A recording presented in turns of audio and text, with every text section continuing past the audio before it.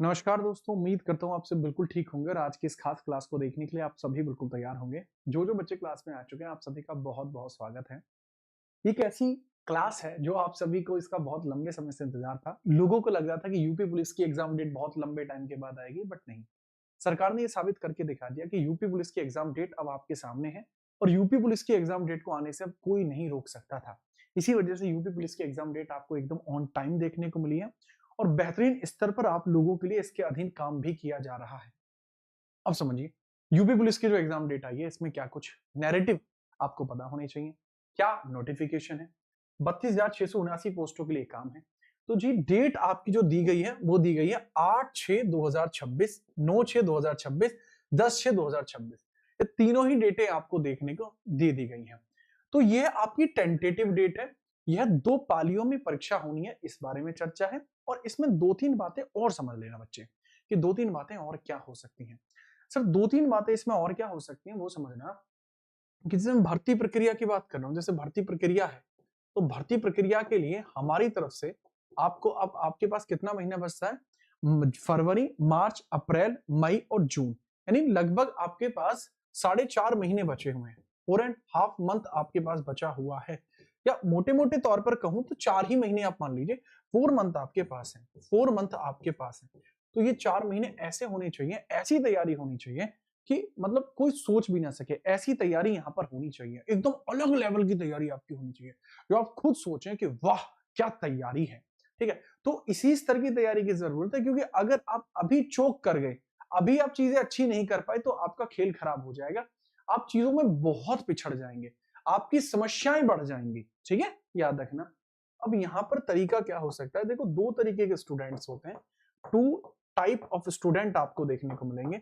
कुछ तो ऐसे स्टूडेंट हैं, कुछ ऐसे स्टूडेंट आपको देखने को मिलेंगे जिनके बारे में कहा जाएगा, कुछ ऐसे स्टूडेंट हैं जो कि आपके फ्रेशर हैं, जो बिल्कुल नए बच्चे हैं, कुछ हैं रिपीटर हैं।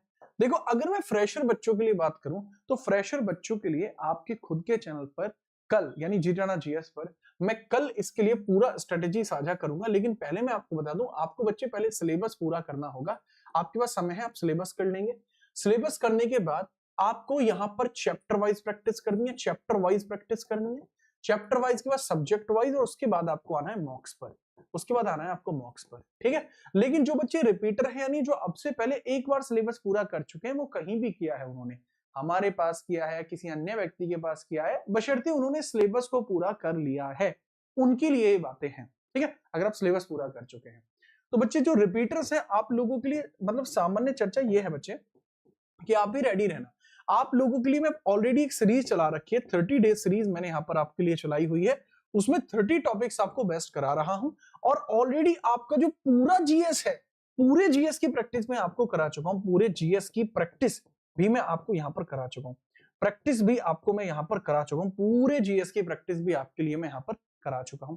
वो मैंने कहाँ पे कराई है पूरे जीएस की प्रैक्टिस?